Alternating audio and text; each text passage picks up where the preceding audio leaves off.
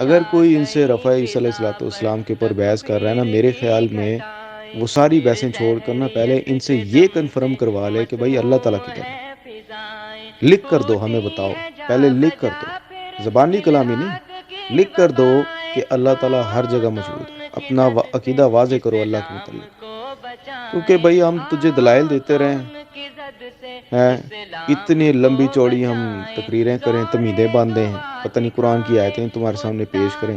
بعد میں جی پتہ لگے تمہارا تو اللہ کے متعلق عقیدہ ہی کچھ عجیب و غریب صحیح ہے۔ ابھی جیسے دیکھا نا، وہ نکل کر آئی ہے بات سامنے خان صاحب کی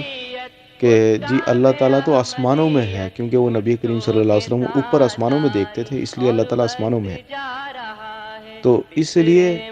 ساری بحثیں چھوڑ کر ان سے یہ کنفرم پہلے کروا لینا چاہیے، بھئی اللہ بتاؤ اللہ پہلے کدھر ہے، یہ بتا دو پہلے، پھر آگے چلتے ہیں۔ میں نے یہ طریقہ پکڑا ہوا ہے، جب بھی عیسیٰ علیہ السلام کے رفع کے اوپر بات ہوتی ہے نا، میں کہتا ہوں بھائی پہلے اللہ کے متعلق اپنا عقیدہ واضح کر، پھر آگے چلیں گے۔